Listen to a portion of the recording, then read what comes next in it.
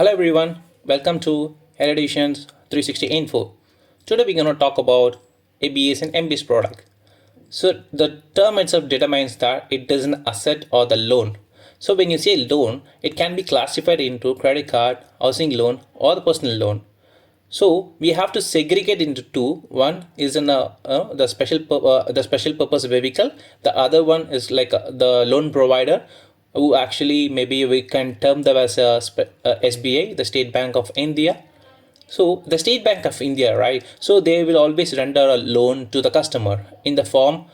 In return, they will get a document from the client or the customer. Let's say they're rendering 1 lakh to the customer and for the 3 years, and they're expected 3 years in return considering all the interest. Okay, the other side, there's people call or the entity called the special purpose vehicle. Then they will raise a fund from the investors, and whatever they will raise the funds from the market or the investors based on the asset which held by the SBA. Okay, and whatever the amount being raised, they will go and approach the SBA, and they will give the amount, let's say 2.5. So the SBA will think such a way that he should wait 3 years to get 3 lakhs or 4 lakh from the customer.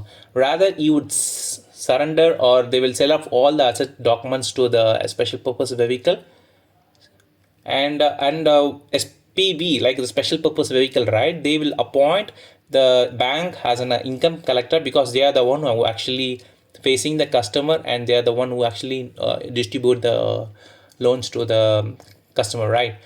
Then what happened, right? So that whatever the customer is paying out in the form of principal repayment or the interest, that will be given to the investors who invested in the ABS or MBS product, right? Okay, so we have to understand that this ABS and MBS will always be called them as a pull factor security in terms. So rather than asking what is the actual outstanding shares in the market, they always denote by the pull factor.